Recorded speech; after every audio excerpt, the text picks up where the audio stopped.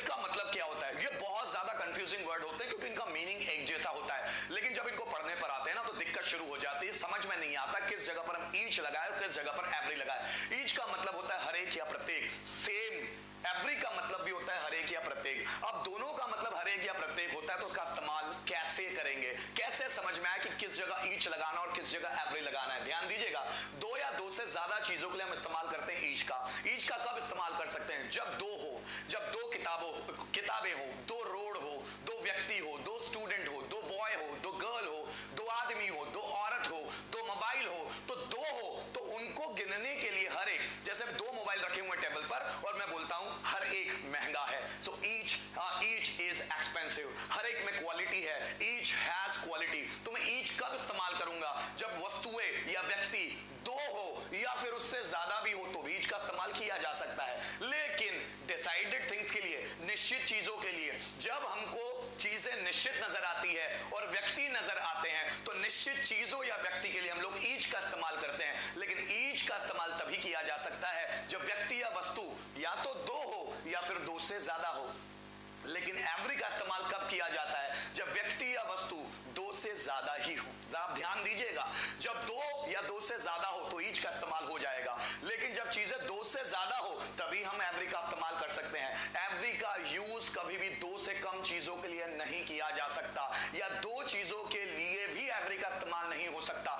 Every का इस्तेमाल हमेशा दो से ज्यादा चीजों के लिए होगा। साथ ही ईच जो है ना वो निश्चित चीजों के लिए आता है। जब भी कोई चीज निश्चित होगी, जब हम व्यक्तियों के बारे में निश्चित बात कर रहे होंगे, वस्तुओं के बारे में निश्चित तौर पे बात कर रहे होंगे, तभी हम ईच का इस्तेमाल करेंगे। एवरी का मतलब क्या होता है? जो अनिश्चित चीजों के लिए, अनिश्चित व्यक्तियों के लिए इस्तेमाल होता है। तो ये निश्चित होता है, ये अनिश्चित होता है। जब भी चीजें हमारे दिमाग में निश्चित होगी तो हम ईच का इस्तेमाल करेंगे, और जब भी हमारे दिमाग में चीजें अनिश्चित होंगी तो हम एवरी का इस्तेमाल करेंगे। फिर ध्यान दीजिएगा, ये जो ईच होता है ना, ये एक सिंगुलर सब्जेक्ट होता है। जब भी ईच कहीं पर भी आएगा तो ईच हमेशा सिंगुलर सब्जेक्ट होगा। जैसे मैंने बोला, इस क्लास में हर एक इंटेलिजेंट है। इस क्लास में सपोज इस क्लास में 10 लड़के बैठे हुए हैं, तो इस क्लास में हर एक के बारे में बात हो रही है, एक के बारे में, मतलब ये सिंगुलर सब्जेक्ट ही होगा।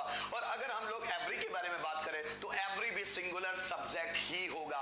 Every country is against corruption, हर एक देश करप्शन के खिलाफ है। एवरी कंट्री, हर एक देश, तो हर एक मतलब कितना? एक। तो ये भी सिंगुलर, ये भी सिंगुलर और ये भी सिंगुलर। ईच होता क्या है? जनरली नाउन होता है, प्रोनाउन होता है, एडजेक्टिव होता है, एडवर्ब होता है, प्रीपोजिशन होता है, कंजंक्शन होता है, इंटरजेक्शन होता है। What is that? एग्जैक्ट क्या होता है? ये ईच होता है एक प्रोनाउन भी। अगर ईच बिना नाउन के आ रहा है तो वो एक प्रोनाउन होता है। जैसे इस क्लास में हर एक टॉपर है, जैसे मैंने बोला हर एक टॉपर है, each is topper in this class. इस क्लास में हर एक मेरा फेवरेट है, so each is my favourite in this class. तो ईच एक प्रोनाउन है जो अकेले भी आ सकता है। मैंने बोला इस मीटिंग में हर एक इंजीनियर है, each is engineer in this meeting. Each, हर एक। सपोज मीटिंग में 20 लोग बैठे हुए हैं, इस मीटिंग में हर एक चार्टर्ड अकाउंटेंट है, so each is chartered accountant in this meeting. जब ईच अकेला आ रहा है तो ईच प्रोनाउन कहलाता है। और ईच जब किसी नाउन को साथ में लेकर आ रहा है, जैसे मैंने बोला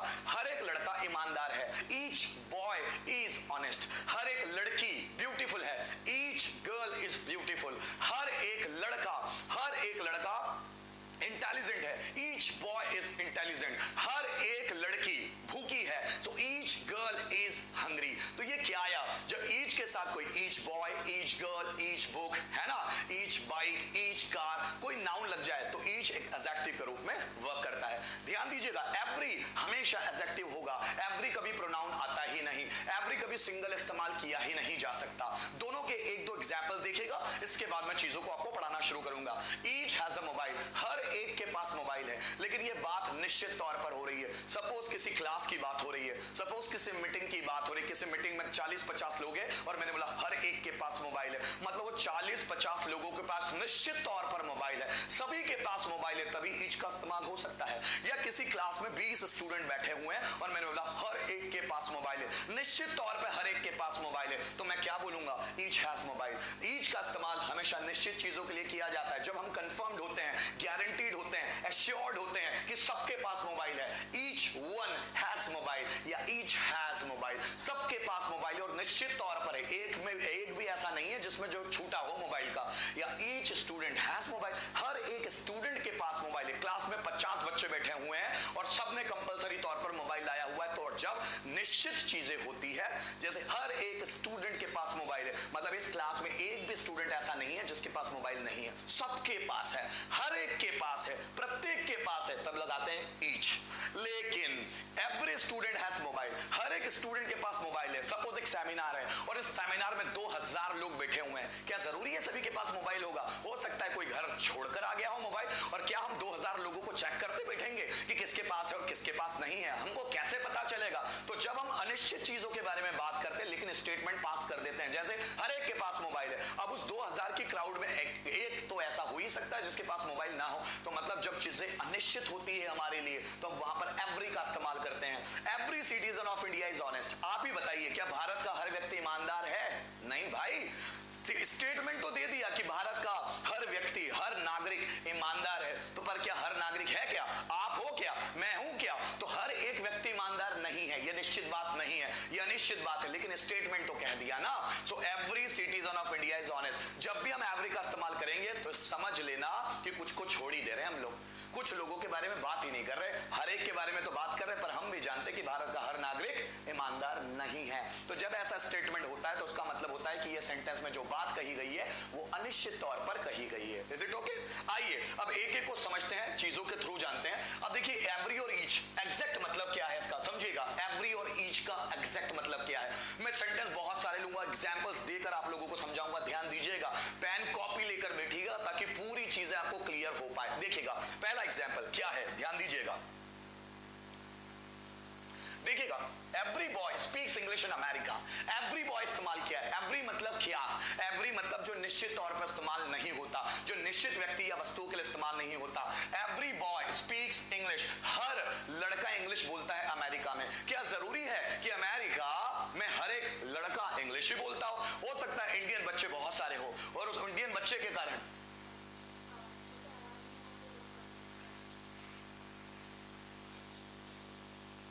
आवाज आ रही है मेरी? मुझे अच्छे से क्लियर कीजिएगा, क्या आवाज आ रही है? मुझे बताइएगा क्या आवाज आ रही है? Come on come on come on guys, क्या आवाज ठीक आ रही है अभी? क्या आवाज ठीक तरह से आ रही है? कम ऑन गाइस, बताने की कोशिश कीजिएगा। आवाज आ रही है क्या? जल्दी बताइए मुझे, आवाज आ रही है क्या? जल्दी से रिप्लाई कीजिए, आवाज आ रही है ठीक तरह से?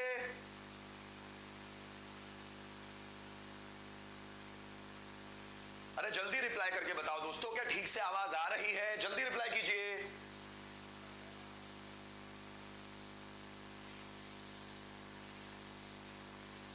आवाज आ रही है?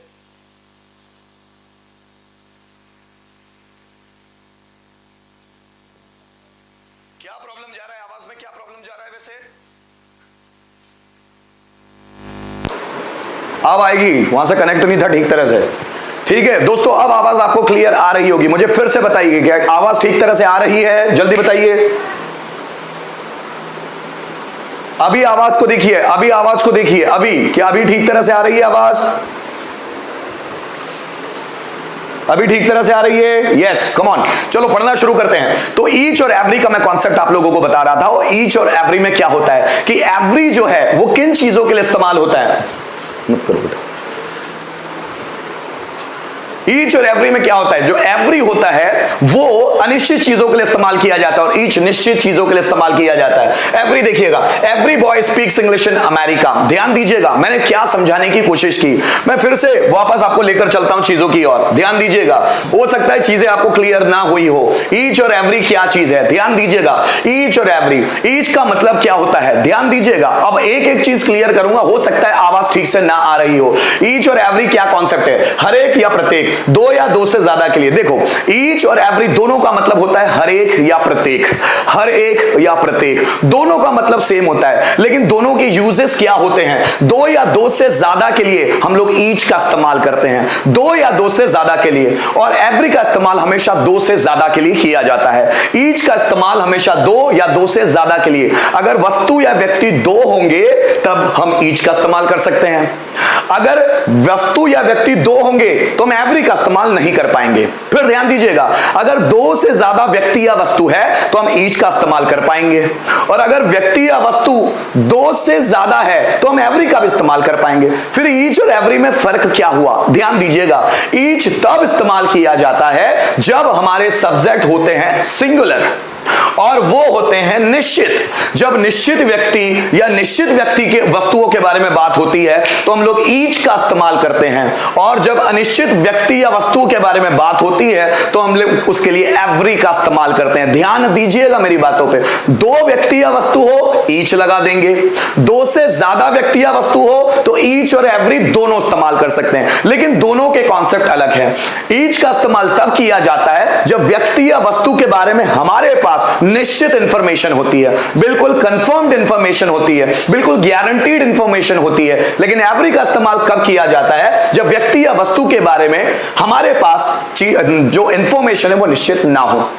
मतलब निश्चित चीजों या व्यक्तियों के लिए हम लोग ईच का इस्तेमाल करते हैं, और अनिश्चित चीजों या व्यक्तियों के लिए हम लोग एवरी का इस्तेमाल करते हैं। फिर ध्यान देना, ईच सिंगुलर सब्जेक्ट है और एवरी भी सिंगुलर सब्जेक्ट है। ईच सिंगुलर सब्जेक्ट है और एवरी भी सिंगुलर सब्जेक्ट है। अगर ईच और एवरी एज अ सब्जेक्ट इस्तेमाल हो रहे हैं, एज अ सब्जेक्ट इस्तेमाल हो रहे हैं, तो दोनों के साथ सिंगुलर हेल्पिंग वर्ब आएगी। ध्यान देना, सिंगुलर सब्जेक्ट है दोनों। ईच क्या है? क्या है ईच? नाउन है, प्रोनाउन है, एडजेक्टिव है, एडवर्ब है, इंटरजेक्शन है, प्रीपोजिशन है, कंजक्शन है। क्या? ईच एक प्रोनाउन है, ईच एक एडजेक्टिव है। मतलब ईच प्रोनाउन के रूप में भी काम करता है और ईच एडजेक्टिव के रूप में भी काम करता है। मतलब ईच को एज अ प्रोनाउन हम अकेले इस्तेमाल कर सकते हैं। जैसे देखिए, ईच हैज अ मोबाइल, तो ईच को किसी और नाउन की जरूरत नहीं, because it is a pronoun. Each has a mobile, हर एक के पास मोबाइल है, तो ये ईच एक प्रोनाउन के रूप में इस्तेमाल हुआ है। Each student has a mobile, हर एक स्टूडेंट के पास मोबाइल है, प्रत्येक स्टूडेंट के पास मोबाइल है, तो प्रत्येक स्टूडेंट, मतलब यहां पर जो ईच है वो एक एडजेक्टिव है। मतलब ईच एक प्रोनाउन के रूप में भी काम कर सकता है और ईच एडजेक्टिव के रूप में भी काम कर सकता है। जैसे क्लास में 10 स्टूडेंट्स बैठे हुए हैं और मैंने बोला हर एक के पास नोटबुक है, सो ईच हैज नोटबुक। अब मैं बोलूं हर एक स्टूडेंट्स के पास नोटबुक है, so each student has notebook. ध्यान दीजिएगा, अगर मैं ईच बोल रहा हूं तो वो सिंगुलर है, ईच हैज नोटबुक, हर एक के पास नोटबुक है। इस क्लास में बोल रहा हूं हर एक टॉपर है, ईच इज टॉपर, तो ईच के साथ लगेगा इज, ईच इज टॉपर। अब मैंने बोला हर एक आदमी के पास स्मार्टफोन है। सपोज इस सेमिनार में 50 आदमी बैठे और 50 आदमियों के पास है ही स्मार्टफोन, तो मैंने बोला ईच मैन हैज स्मार्टफोन, तो मैंने ईच मैन लगाया। तो वो ईच मैन क्या है? वो ईच वहां पर एक एडजेक्टिव के रूप में आया है, जिसके बाद एक नाउन इस्तेमाल किया गया है। लेकिन जब मैं एवरी की बात करता हूं तो एवरी एक सिर्फ एडजेक्टिव है, ये प्रोनाउन नहीं है। जैसे मैंने बोला क्लास में हर एक के पास मोबाइल है, तो मैं ईच इस्तेमाल कर सकता हूं, each has mobile in the class, लेकिन every has mobile in the class इस्तेमाल नहीं हो सकता।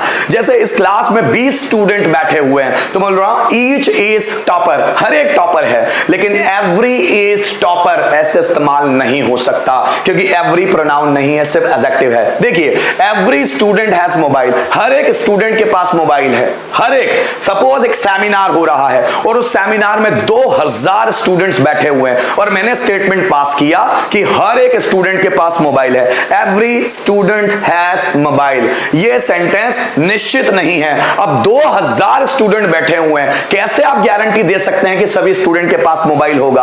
हो सकता है एक दो ना लाए हो सकता है कि एक दो के पास मोबाइल ही ना हो, तो हम गारंटी नहीं दे सकते। और जब गारंटी नहीं होती तो स्टेटमेंट एवरी में बनता है।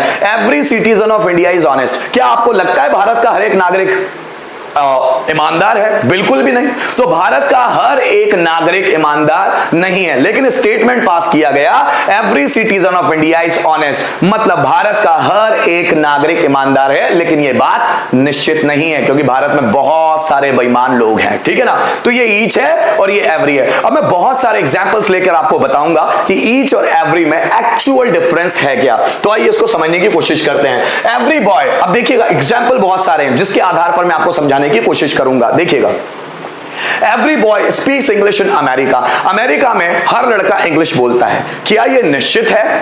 बिल्कुल भी निश्चित नहीं है। अमेरिका में बहुत सारे दूसरे देशों से लोग भी जाकर रहते हैं, पर कोई जरूरी नहीं कि सबको इंग्लिश आना चाहिए तभी उनको जॉब मिलेगी। बहुत सारे लोग वहां पर भी हिंदी बोलते हैं, बहुत सारे लड़के वहां पर भी हिंदी बोलते हैं। तो अमेरिका में कोई कंपलसरी नहीं है इंग्लिश बोलना, वहां हिंदी भी बोलते हैं। So every boy speaks English in America. America में हर लड़का इंग्लिश बोलता है, यह निश्चित नहीं है, इसलिए हम लोगों ने एवरी लिया हुआ है। Every boy speaks English in America. जब ऐसा सेंटेंस पास होगा तो हम समझ सकते हैं कि ये जनरल टर्म्स में बात की गई है, निश्चित टर्म में नहीं। अब देखो, each day sun sets in the waste.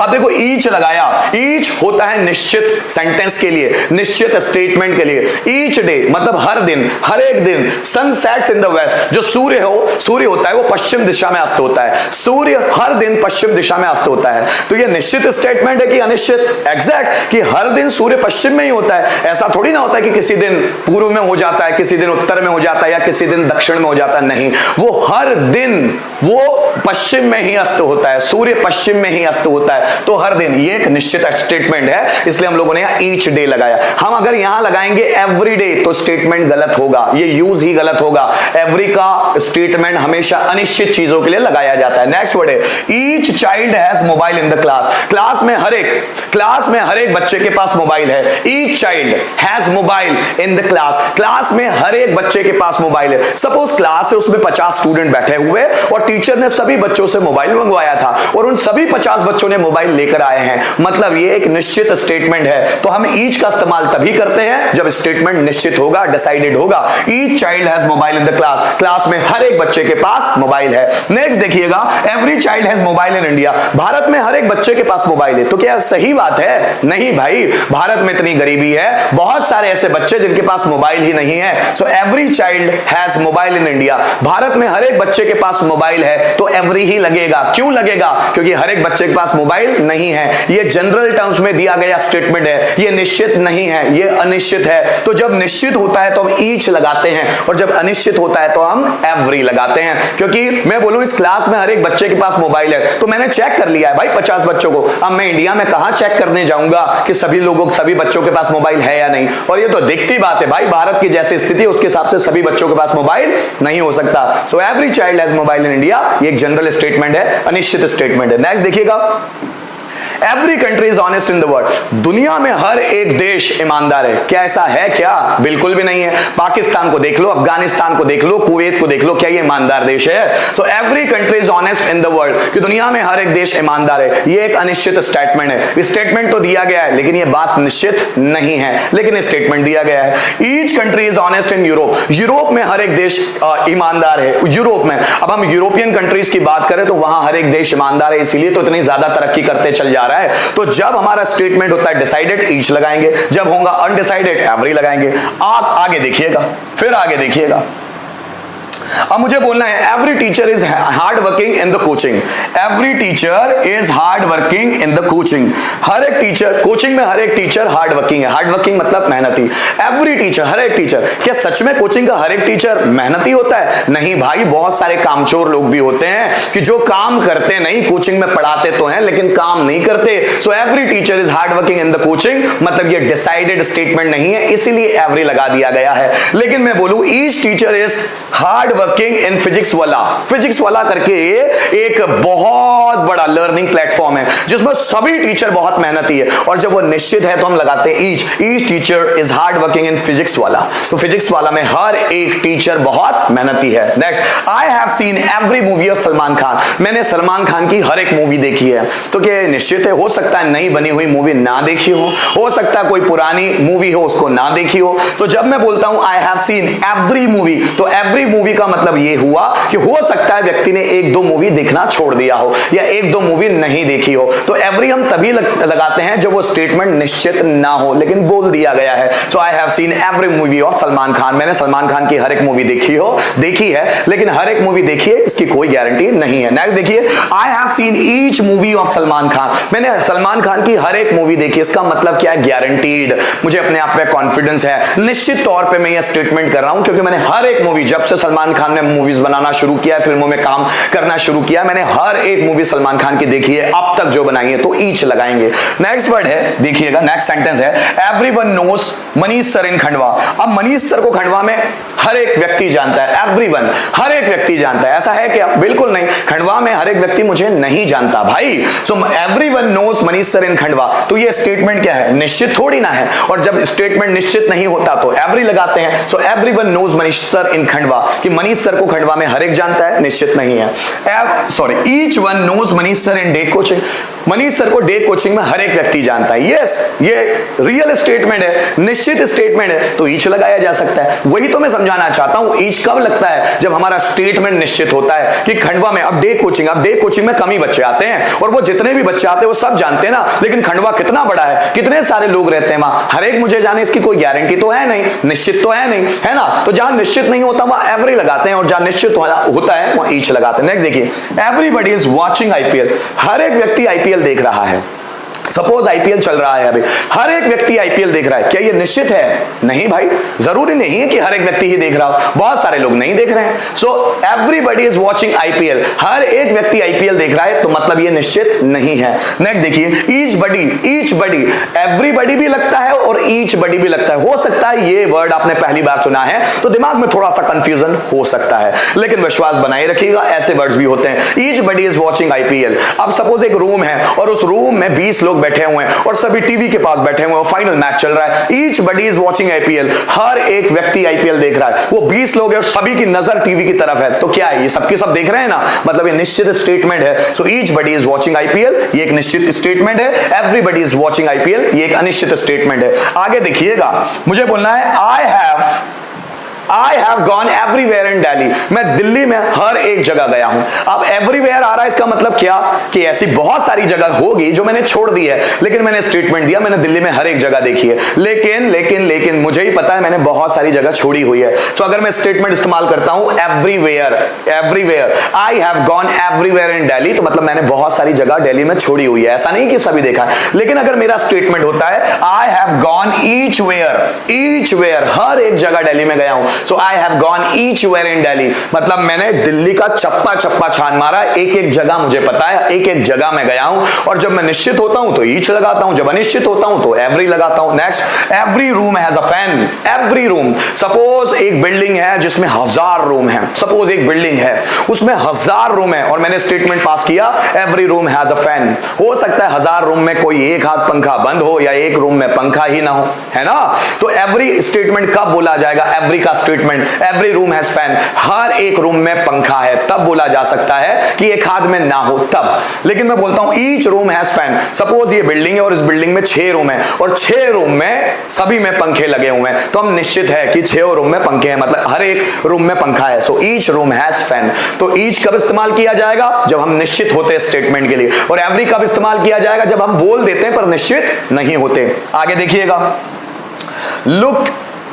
आगे देखिएगा, look at each of it, मतलब इसके हर एक साइड को देखिए, ईच साइड होना चाहिए, मैंने साइड ने लिखा, each side, look at each side of it. Suppose हमने एक सिक्का लिया, अब सिक्के के साइड कितने होते हैं भाई? सिक्के के होते हैं 2 साइड। अब 2 साइड मतलब क्या इस्तेमाल किया जा सकता है? ईच इस्तेमाल कर सकते हैं, एवरी तो इस्तेमाल कर नहीं सकते। So look at each side of it, इसके दोनों मतलब हर एक साइड को देखो, ठीक है ना। सपोज हम लोगों ने एक रेक्टेंगल आकार का एक बॉक्स लिया, अब इसके साइड कितने होंगे? इसके साइड होंगे लगभग 6, है ना। 1 2 ये होगा 3 4 और आगे पीछे का 6 साइड है। अगर मैं बोलता हूं look at each side of it, तो भी ईच लग सकता है, क्योंकि ईच 2 या 2 से ज्यादा के लिए भी लग सकता है। एवरी का तो यहां कॉन्सेप्ट ही नहीं है। नेक्स्ट वर्ड देखिए, every country is against global warming, हर एक देश ग्लोबल वार्मिंग के खिलाफ है। क्या सच में ऐसा है क्या? बिल्कुल भी नहीं है। हर एक देश ग्लोबल वार्मिंग के खिलाफ थोड़ी ना, कोई बात ही नहीं करता। तो यह स्टेटमेंट निश्चित नहीं है, एवरी लगाया है। लेकिन मैं बोलूं each country is against global warming, हर एक देश, सपोज एक देशों का एक समूह है, उसमें 10 देश हैं और एक 10 के 10 देश ग्लोबल वार्मिंग के लिए बहुत सीरियस हैं और वो हर महीने 2 महीने में ग्लोबल वार्मिंग के लिए मीटिंग करते हैं कि कैसे पर्यावरण का संतुलन बनाया जा सकता है,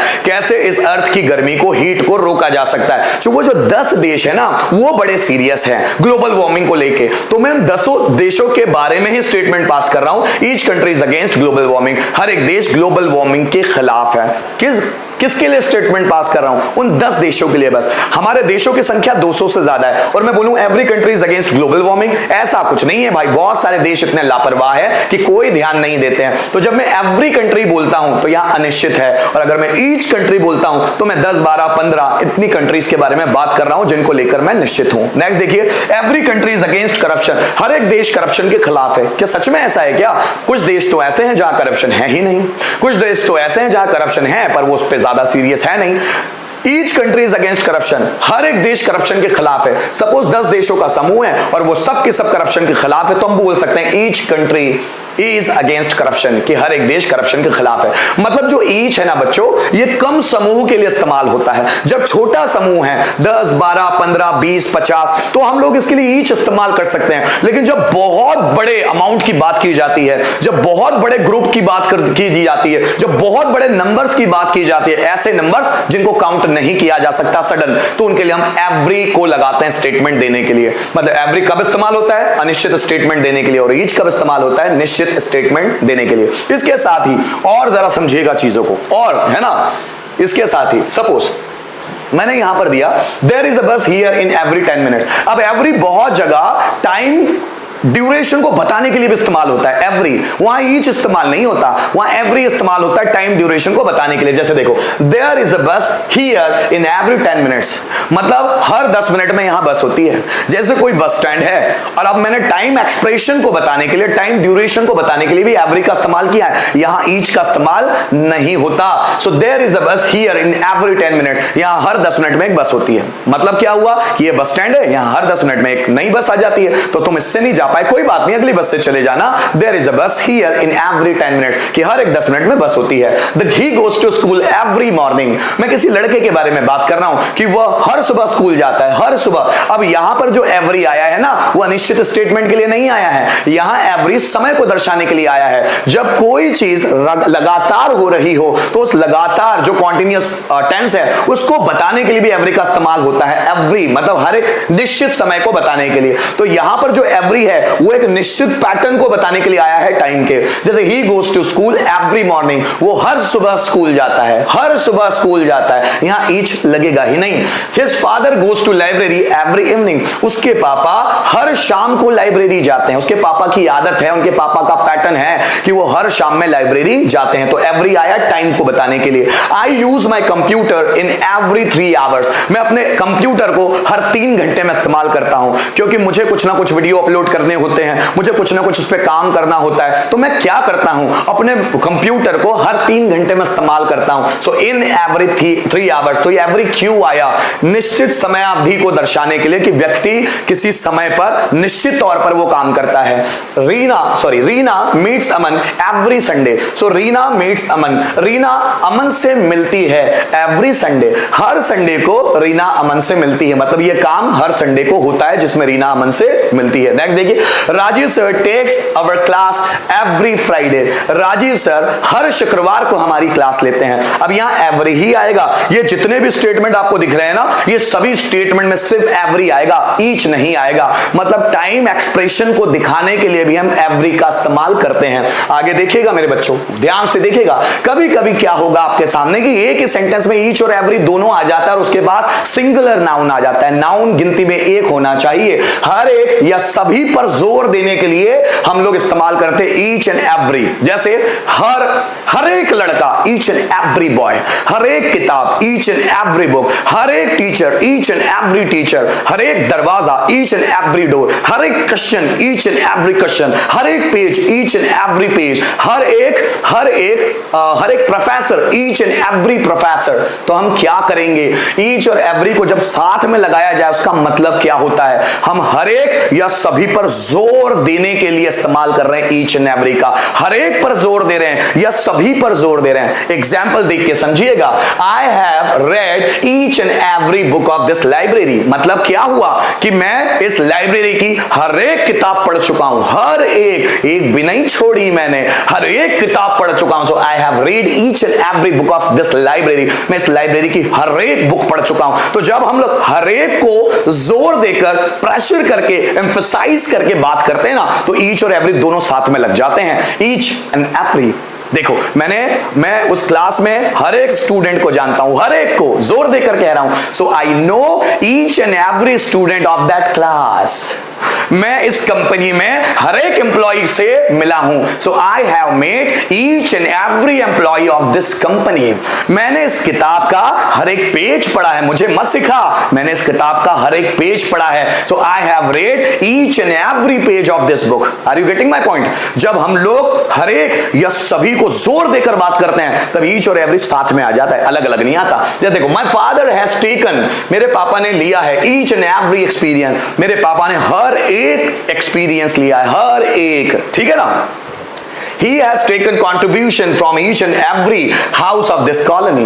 He has taken contribution. Contribution means, contribution का मतलब होता है चंदा लेना। Take contribution, चंदा लेना। उसने चंदा लिया है from each and every house of this colony. इस कॉलोनी के उसने हर एक घर से चंदा लिया, एक भी घर को छोड़ा नहीं है भाई उसने इस कॉलोनी के हर एक घर से चंदा लिया है।